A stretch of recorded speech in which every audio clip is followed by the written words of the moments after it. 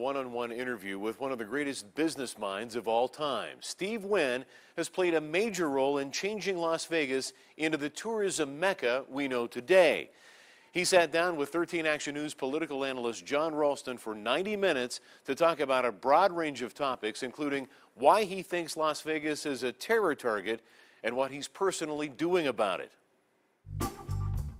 For years, law enforcement officials have fretted about Las Vegas being a terror target. Chatter picked up by federal agencies, the internationally known skyline, the Sin City reputation.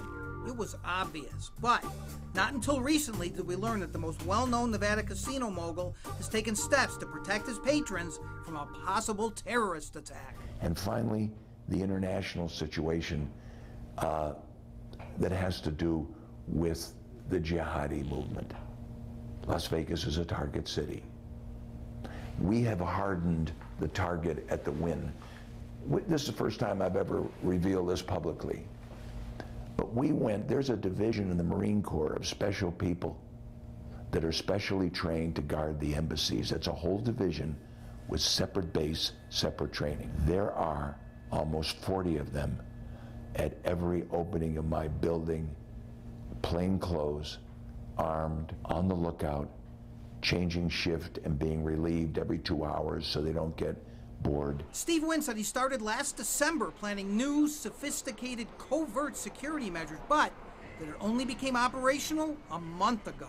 We have another group of a half a dozen SEALs Team 6 guys and CIA guys who are a counterterrorism unit that relate on a daily basis to Homeland Security, the FBI, and Metro.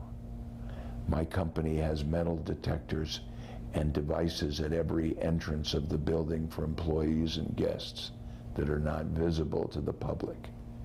We have done extraordinary things to make sure that we protect our employees and our guests in the hotel. Why did he do it? He says it wasn't because of a specific threat. I guess my blessing and my curse is that I think of myself as someone with imagination.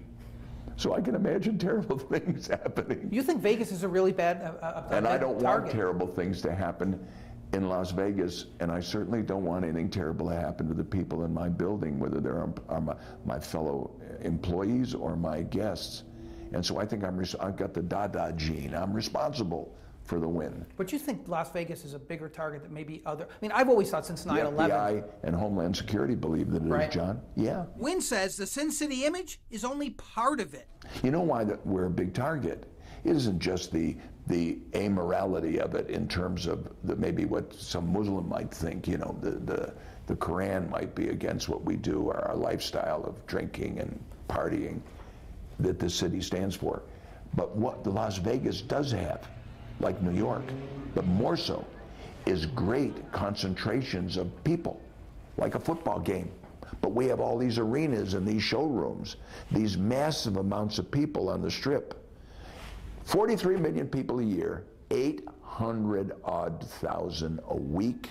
Wynn says he's not taking any chances, and he has a simple message for would-be terrorists. But I know that anybody that thinks they're going to do it on the property of Wynn or Encore is going to have a short, brief life. So Steve Wynn taking no chances with his patrons and employees' security. In the next part of our interview tomorrow night, we'll talk with this registered Democrat about who he's backing in the presidential election and tell you more about why he considers himself one of another candidate's biggest fans.